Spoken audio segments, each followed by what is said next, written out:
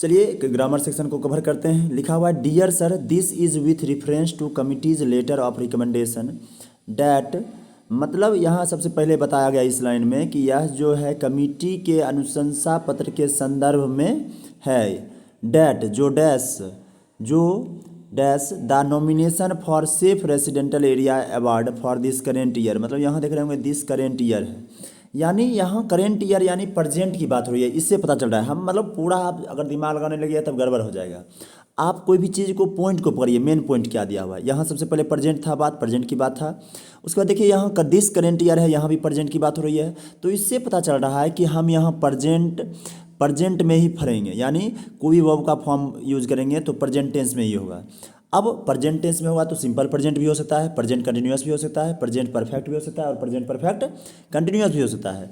लेकिन आप यह देख रहे होंगे कि यह जो स्टेटमेंट है यह जनरल बात कर रहा है। मतलब कह रहा है ना कि यह जो है कमिटी के अनुशंसा पत्र के संदर्भ में है, जो हाईलाइट करता है, यानी जनरल बात है कि जो हाईलाइट करता है। अब बताइए जो हाईलाइट कर रहा है यह सही लगता है या फिर जो हाईलाइट कर चुका है। यहाँ जनरल बातें हो रही है, इसलिए होगा प्रेजेंट इंडेफिनिट में यानी सिंपल प्रेजेंट में। इसलिए क्या होगा यहाँ हाईलाइट्स, सॉरी यहाँ एल होगा, इसको इरेज कर देते हैं।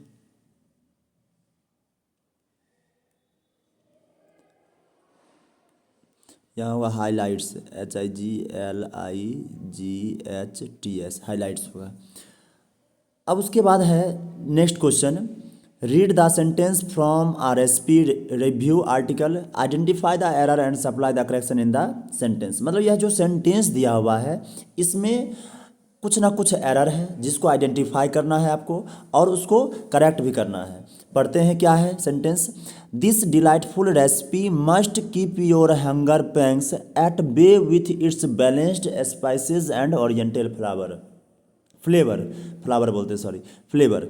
करा यह जो डिलाइटफुल यानी स्वादिष्ट रेसिपी है वह अपने संतुलित मसाला और ओरिएंटल फ्लेवर के साथ आपके भूख को क्या कर देगी, कम कर देगी। यहाँ लिखा हुआ है ना, this delightful recipe must keep your hunger pangs at bay with its balance spices and oriental flavour.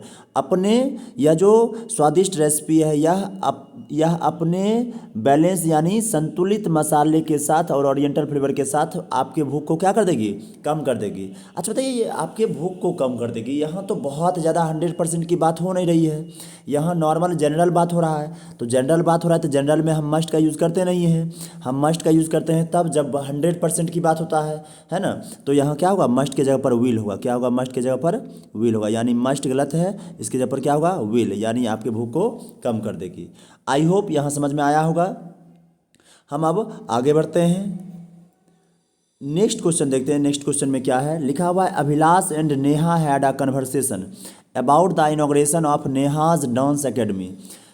Abhilash और नेहा के बीच एक कन्वर्सेशन हो रहा है, किसके बारे में हो रहा है, तो inauguration of Neha's dance academy, Neha के डांस एकेडमी का जो इनॉग्रेशन है उसके बारे में बातचीत हो रहा था।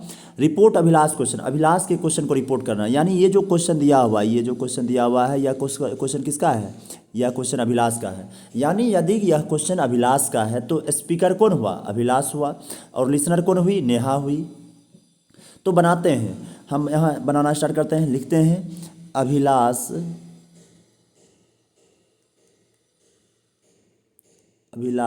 आस्क्ड नेहा।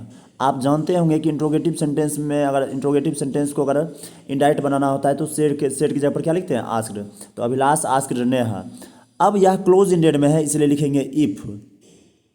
उसके बाद देखिए योर बेस्ट फ्रेंड, योर बना है यू से होता है सेकंड पर्सन चेंज होता है ऑब्जेक्ट अनुसार। ऑब्जेक्ट में क्या है, नेहा के लिए क्या होगा, नेहा होती है, नेहा लड़की है, लड़की के लिए होता है सी। लेकिन सी लिखेंगे नहीं, क्यों नहीं लिखेंगे, क्योंकि यहाँ योर है यानी यू का पॉजिटिव एडजेक्टिव है, तो हम भी पॉजिटिव एडजेक्टिव लिखेंगे, यानी सी का पॉजिटिव एडजेक्टिव क्या होता है, हर, तो लिखेंगे हर।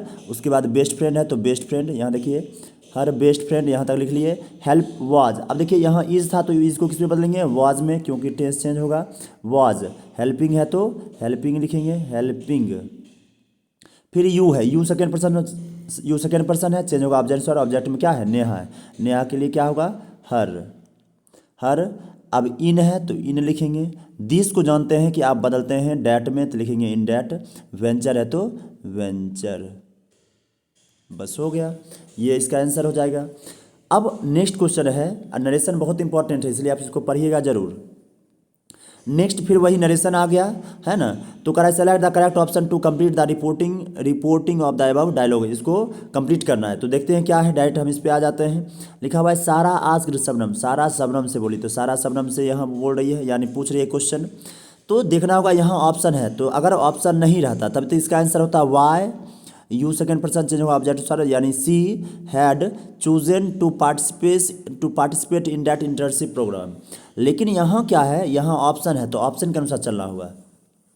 अब देखिए अगर ऑप्शन के अनुसार चलें तो वाई वाला सही लग रहा है, लेकिन अगर वाई वाला सही कर दें तो यहाँ टेंस भी चेंज करना होगा। क्या होगा, टेंस चेंज करना होगा। तो टेंस चेंज तो किया नहीं गया है, लिखा है direct why to choose to participate, जिसके लिए क्या हो जाएगा, यह गलत हो जाएगा।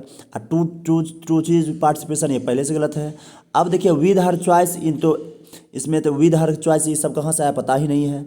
अब कहिएगा ये कैसे सही है, ये सही है क्यों, क्योंकि डायरेक्ट यहाँ नए वाई अगर इंट्रोगेटिव वर्ड का यूज़ नहीं किया गया है तो डायरेक्ट लिख दिया है about her choice to participate, यानी सारा जो है ना ये शबनम से उसके चॉइस के बारे में, उसको वह पार्टिसिपेट करेगी या नहीं करेगी उसके चॉइस के बारे में पूछी, तो यह पूरा एक के बारे में यह इसी स्टेटमेंट से इंक्लूड हो गया, तो यही सही होगा। फिर देखिए लिखा हुआ क्वेश्चन, नेक्स्ट क्वेश्चन है a copy of the plan is enclosed and dash may be communicated to all team leaders for compliance. मतलब ये जो स्टेटमेंट है, अब बताइए ये जो स्टेटमेंट है copy of the plan is enclosed and dash में भी करा कि यह जो है ना कम्युनिकेटेड यानी बताया जाए किसको, सभी टीम लीडर को फॉर कंप्लेंस यानी अनुपालन करने के लिए। तो ये बताइए यह स्टेटमेंट, ये जो स्टेटमेंट है इसी स्टेटमेंट के बारे में बताया जा रहा है ना कि बताया जाए, तो यह स्टेटमेंट के अगर बारे में बताया जा रहा है तो दिस, यहाँ तो डैट तो होगा नहीं, डैट मतलब होता है वह, और देन मतलब होता है तब, ये भी नहीं हुआ तो होगा क्या दिस, यानी लिखेंगे यहाँ दिस, ये हो जाएगा सही। फिर आगे देखिए लिखा हुआ है the company aimed identify the error and supply correction. ये जो सेंटेंस है इसमें कुछ एरर है उसको आइडेंटिफाई करना है और उसको फिर से करेक्ट करना है। For given sentence from a commercial company current marketing strategy, देखिए फिर हम बोले थे ना कि क्लू ढूंढिएगा, यहाँ लिखा हुआ है करेंट मार्केटिंग स्ट्रेटजी, मतलब इस सेंटेंस से हमको पता चल रहा है कि यह जो बातें होगी ना प्रेजेंट की होगी, क्योंकि करेंट मार्केटिंग स्ट्रेटजी मतलब हुआ कि प्रेजेंट का जो मार्केटिंग स्ट्रेटजी है उसके बारे में बताया जा रहा है। तो प्रेजेंट की बात हो रही है तो देखते हैं पास्ट की है क्या। लिखा हुआ है the company aimed at increasing authority in areas frequently visited by the clients. आप यहाँ देख रहे होंगे अच्छे तरह से कि यहाँ लिखा हुआ है एम्ड, और हम पहले ही बोल दिए कि यहाँ करेंट मार्केटिंग स्ट्रेटजी है यानी प्रेजेंट की बात होगी, लेकिन यहाँ पास्ट की बात हो रही है यानी यही क्या है, गलत है, यही एरर है। तो यहाँ एम्ड नहीं होना चाहिए था, तो क्या होना चाहिए एम या एम्स, लेकिन देखेंगे क्या होगा, कंपनी सिंगुलर है इसलिए होगा एम्स यानी सिंगुलर वर्ब, ये हो गया। तो यहाँ तक भी समझ में आ गया होगा। अब हम आगे बढ़ते हैं नेक्स्ट क्वेश्चन की तरफ। नेक्स्ट क्वेश्चन है select the option that identifies the error and supply the correction for the closing line from an analytical report. In conclusion this study explores the association among short sleep pattern and overweight youngster. अब देखिए ये sentence में क्या error है उसको ढूंढना है। तो आप जानते होंगे कि ये अमंग और बिटवीन जिसका मतलब होता है बीच में, क्या मतलब होता है बीच में। अब यह यदि दोनों का मतलब बीच में होता है तो अंतर क्या है, अंतर बस ये है कि ये जो बिटवीन है ना, बिटवीन यह दो के बीच की बात होता है, ये जो अमंग है ना, अमंग यहाँ दो से ज़्यादा यानी मोर देन टू के बीच की बात होगा तब होगा अमंग। तो यहाँ देखिए यहाँ है शॉर्ट स्लीप पैटर्न और दूसरा क्या है ओवरवेट यंगस्टर्स, यहाँ दो के बीच बात ही हो रही है। अगर जब दो के बीच बात हो रही होगी तो हम क्या करेंगे, बिटवीन करेंगे ना कि अमंग। तो यहाँ क्या सही होगा, अमंग के जगह पर बिटवीन कर देंगे यानी अमंग गलत है, बिटवीन सही होगा। 8 नंबर क्वेश्चन है the experience of nursing an injured bird left me dash grateful for knowing the importance of being kind and compassionate to all creatures. आप देख रहे होंगे, आप जानते हैं कि यदि सब ये द एक्सपीरियंस ये क्या है, ये सब्जेक्ट है और एक ही सब्जेक्ट है, एक्सपीरियंस सब्जेक्ट है, इसके अलावा कोई सब्जेक्ट है क्या, नहीं। और इंजर्ड बर्ड, लेफ्ट, लेफ्ट जो है ना, यह क्या है, यह वर्ब है। यहाँ एक सब्जेक्ट है, एक वर्ब है। आप जानते हैं कि एक सब्जेक्ट और एक वर्ब दोनों मिलके क्या बना देता है, एक सेंटेंस। अगर एक से ज़्यादा सब्जेक्ट रहेगा तभी एक से ज़्यादा वर्ब का यूज करेंगे। और यहाँ देखिए वर्ब ही सब जगह दिख रहा है। लेकिन यहाँ अगर एक सब्जेक्ट है तो एक वर्ब मिल गया, तो हमको दूसरे वर्ब की ज़रूरत नहीं है। अगर दूसरा सब्जेक्ट रहता तब तो दूसरे वर्ब की ज़रूरत होती, लेकिन यहाँ है एक सब्जेक्ट, एक सब्जेक्ट है तो सिर्फ एक वर्ब का यूज़ कर लिया गया है, तो हमको वर्ब की ज़रूरत नहीं है। तो अब ये बताइए कि अगर वर्ब की ज़रूरत रहे तो हम क्या करेंगे। तो देख रहे होंगे आप कि एक ये जो जब V1 में जब ING लगाता है तो यह वर्ब तो होता ही है और साथ साथ जिरंड का भी काम करता है। साथ साथ किसका काम करता है, जिरंड का, जो कि नाउन का वर्क करता है। यानी ये जो फीलिंग है, यही फीलिंग क्या हो जाएगा, सही हो जाएगा, है ना। फीलिंग हो जाएगा, left me feeling grateful for knowing importance of being kind and compassionate to all creatures. Feeling क्यों हुआ तो आप समझ ही गए होंगे, क्योंकि यहाँ वर्ब नहीं चाहिए था, यानी हैविंग फेल्ट ये वर्ब था, ये भी वर्ब था, उसके बाद फेल्ट भी वर्ब ही है। तो फीलिंग जो है ना V1 + ING वह वर्ब का भी काम करता है और जिरंड का भी, तो इसलिए यह फीलिंग ही यहाँ होगा। हम आगे चलते हैं नेक्स्ट की तरफ। नेक्स्ट क्वेश्चन नंबर 9 है। इसमें भी फिर नरेशन है। हम बार बार बोल रहे हैं कि नरेशन बहुत इंपॉर्टेंट है, नहीं पढ़े होंगे तो नरेशन नहीं पढ़े हैं यदि, तो नरेशन हम पढ़ाए हुए हैं, लेक्चर है नरेशन का, आप जाके उसको पढ़ लीजिएगा। लिखा हुआ, अब इसमें डायरेक्ट क्वेश्चन पे ही आते हैं। क्वेश्चन क्या कर रहा है द वेंडर ग्रीटेड। ये अब देखिए, ये जो इतना पढ़ना जरूरी ही नहीं है, आप फालतू में पढ़ते हैं। जहाँ फुल स्टॉप है ना उसको वहाँ तक छोड़ दीजिए, मत पढ़िए। हम डायरेक्ट यहाँ से पढ़ते हैं। The customer answered in the affirmative. इसका मतलब यहीं से पता चल रहा है कि कस्टमर बोल रहा है। हम किसका बनाएंगे, कस्टमर का। कस्टमर का ये है, अब देखिए ये यस लिखा है इसलिए लिखा गया है यहाँ यस लिखा गया है इसलिए लिखा गया है customer answered in the affirmative. मतलब कस्टमर जो है ना आंसर दिया अफर्मेटिवली, यानी अफर्मेटिव में, तो यहाँ यस है, यहाँ तक बना दिया है। फिर एंड एक्सप्लेन डेट, एक्सप्लेन करता है, कहाँ से एक्सप्लेन करता है, तो यहाँ से एक्सप्लेन करेगा। देखिए यहाँ से, तो यहाँ इसका हमको नरेशन बनाना होगा, तो हम क्या बनाएंगे, देखिए अनलाइक है तो अनलाइक लिख देते हैं, अनलाइक। अच्छा लास्ट है, लास्ट के जानते हैं क्या होता है, लास्ट का होता है प्रीवियस। क्या होता है, प्रीवियस। मंथ है तो मंथ लिख दीजिए, अनलाइक प्रीवियस मंथ। आई है, I first person change, I first person change होता है सब्जेक्ट अनुसार। सब्जेक्ट में क्या है, सब्जेक्ट में देखिए कस्टमर है, कस्टमर बोला तो सुना कौन, वेंडर, तो फर्स्ट ये आई है, आई फर्स्ट पर्सन चेंज होगा सब्जेक्ट अनुसार। सब्जेक्ट में कस्टमर है, कस्टमर के लिए क्या होगा, ही, कस्टमर के लिए क्या होगा, ही। अब हैव बीन है तो हैव बीन को किस में बदलेंगे, हैड बीन में, ही हैड बीन। अवे है, अवे लिख देते हैं, ही हैड बीन अवे। अच्छा फिर है फॉर, तो फॉर लिख दिए, क्वाइट। सम है तो सम लिख दिए, सम टाइम। अच्छा फिर उसके बाद दिस है, दिस को किस में बदलेंगे, डैट में, डैट मंथ। यहाँ तक समझ में आ गया होगा, बस यही इसका आंसर होगा।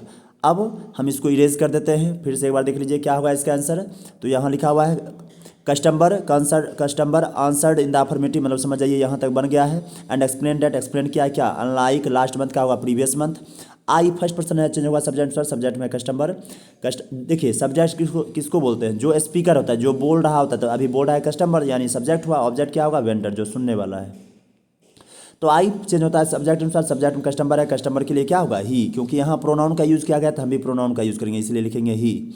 अब इसके बाद देखना होता है टेंस चेंज होगा या नहीं होगा। तो चूंकि जानते हैं कि यहाँ है एक्सप्लेन्ड, तो यहाँ पास्ट में है, यानी टेंस चेंज होगा, तो यानी हैड बीन होगा। हैव बीन को किस में बदल देंगे, हैड बीन में। Away for quite some time, this को बदलते हैं डैट में, तो डैट से कर दिए। अब यहाँ तक समझ में आ गया होगा, इसको इरेज कर देते हैं। चलिए अब फिर से आगे बढ़ते हैं। 10 नंबर है, 10 नंबर में लिखा हुआ है कॉन्ग्रेचुलेसन्स चेंज मेकर, है ना, कॉन्ग्रेचुलेसन, बधाई दिया जा रहा है। देखते हैं, the regional competition award have been announced, यानी रीजनल जो कंपटीशन अवार्ड था वो उसको क्या हो चुका है, हुआ अनाउंस हो चुका है, हैव बीन अनाउंस्ड। यहाँ हैव बीन है, इसको देखते रहिएगा टेंस को भी।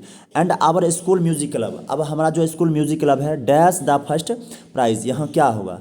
अच्छा बताइए हैड बीन वोन होगा क्या, आप वर्ब पहले आप स्प्लिट कीजिए, छोड़िए एक छांटिए कि कौन गलत हो सकता है। तो बताइए हैड बीन वोन होगा क्या? ये तो आप जान रहे होंगे कि अगर अभी अनाउंस हो चुका है तब तो हैड बीन, यहाँ तो पास्ट की बात हो रही है, ये तो गलत है ना। फिर देखिए वाज विनिंग, जीत रहा था, ये भी गलत है, पास्ट की बात है। यहाँ तो प्रेजेंट की बात हो रहा है कि अभी अनाउंस हुआ ही है। तो यहाँ अनाउंस, अच्छा अनाउंस हो गया तो बताइए फ्यूचर की बात तो होगा नहीं। हमारा स्कूल करा है ना कि our school music club dash the first prize, यानी फर्स्ट प्राइज जीता है। तो जीता है तो अनाउंस हुआ, तो यानी पता चल गया जीता है। तो यहाँ फ्यूचर में तो बात होगा नहीं कि जीतेगा, अनाउंस हो चुका है तो फिर क्या जीतेगा, तो ये भी नहीं होगा। हैज़ वोन मतलब क्या हुआ कि अनाउंस हो चुका है, तो हमारा स्कूल म्यूजिक क्लब क्या है, जीता है, फर्स्ट प्राइज जीता है, यानी हैज़ वोन होगा। यहाँ समझ में आ रहा होगा आपको कि इधर प्रेजेंट की बात हुई है, चूँकि जानते हैं कि हैव भी अनाउंस्ड मतलब हुआ है कि हाल फिलहाल में भी अनाउंस हुआ है, जिसमें हमारा स्कूल जो म्यूजिक क्लब है वह क्या किया है, फर्स्ट प्राइज जीता है, लिया है, तो हैज़ वोन सही होगा। 11th नंबर देखिए, complete the line from a self awareness song by filling the blank with the correct option. ये जो सॉन्ग है, ये जो पोएम टाइप का सॉन्ग है, इस प्रकार का पोएम जब भी आएगा तो आपको ज़्यादा परेशान होने की जरूरत नहीं है, आप ज़्यादा समझ लीजिए गड़बड़ हो जाएगा। आप देखिएगा कि शुरू से ही पैरेललिज्म को फॉलो करना है कि कौन सा टेंस शुरू से ही यूज किया जा रहा है। देखिए यहाँ रन्स है, द रिवर रन्स, यहाँ प्रेजेंट की बात हो रहा है। फिर देखिए दाम, यहाँ तो फिल करना ही है, फिर लिखा हुआ है the moon and stars watch, देखिए यहाँ भी प्रेजेंट है, यहाँ प्रेजेंट, यहाँ भी प्रेजेंट, फिर देखिए बैक, यहाँ भी प्रेजेंट है, यानी यहाँ सब जगह सिंपल प्रेजेंट की बात हो रही है, यानी प्रेजेंट की बात हो रही है तो हम भी प्रेजेंट में ही यूज़ करेंगे, यानी विल कॉल नहीं होगा, फिर पास्ट की बात नहीं होगा। अच्छा कॉल या कॉल्स हो सकता है, लेकिन कॉल होगा या कॉल्स होगा, देखते हैं। अब देखिए लिखा हुआ है द ट्रीज एंड माउंटेन्स। अब बताइए ट्रीज और माउंटेन्स यानी दो है, सिंगुलर तो है नहीं, यहाँ प्लूरल की बात हो रहा है, प्लूरल की बात हो रहा है, तो प्लूरल वर्ब तब होगा जब वर्ब में एस एस नहीं लगाएंगे। अगर वर्ब में एस लगता है तो आप जानते हैं कि सिंगुलर होता है, याद ही रखिएगा। अगर V1 रहेगा तो समझिएगा प्लूरल, यानी base form of verb plural होता है। यदि V1 में एस या एस लगा देंगे तो क्या हो जाएगा, सिंगुलर हो जाएगा। क्या हो जाएगा, सिंगुलर। तो यहाँ तक समझ में आ गया होगा। अब नेक्स्ट और लास्ट क्वेश्चन समझते हैं। लास्ट क्वेश्चन नंबर 12 है, उसको समझते हैं। लिखा हुआ identify the error and supply correction for the following note in the passenger flight instruction manual. करा passenger will not reach the airport late in order to avoid fine equivalent to 5% of the basic fare, यानी उसके basic fair का 5% के बराबर ये बराबर fine को avoid करने के लिए पैसेंजर जो है ना, फाइन से बचने के लिए पैसेंजर क्या करेगा, पैसेंजर को एयरपोर्ट पर लेट नहीं पहुंचेगा, या फिर पैसेंजर को एयरपोर्ट पर लेट नहीं पहुंचना चाहिए। हम बोलते हैं जनरली कि अगर जिसको फाइन नहीं, जो चाहते हैं कि फाइन मेरा नहीं लगे, तो उस पैसेंजर को क्या करना चाहिए, एयरपोर्ट पर लेट नहीं पहुंचना चाहिए। ये जो विल है, ये विल तो सिर्फ बता रहे कि नहीं पहुंचेगा, यानी ये गलत है। ये क्या है, गलत है। देखिए इसको हम फिर साथ ही हटा देते हैं। ये जो व्हील है, यहाँ देखिए व्हील, ये जो व्हील है ये व्हील, तो यहाँ व्हील क्या बता रहा है कि नहीं पहुँचेगा, लेकिन यहाँ हम नॉर्मली बताते हैं, यहाँ सजेशन देते हैं कि नहीं पहुँचना चाहिए। तो यहाँ क्या लिखेंगे, यहाँ लिखेंगे व्हील के जगह पर शुड लिखेंगे, मतलब नहीं पहुँचना चाहिए। तो हम लोग का 12 कंप्लीट हो गया। ये सैम्पल पेपर 1 था, तो यहाँ तक से कंप्लीट हो गया। अब हम नेक्स्ट सैम्पल पेपर को समझेंगे। तो यहाँ तक अगर किसी को कोई प्रॉब्लम हुआ होगा तो आप क्वेश्चन ज़रूर कीजिएगा, कमेंट ज़रूर कीजिएगा। धन्यवाद, थैंक यू सो मच।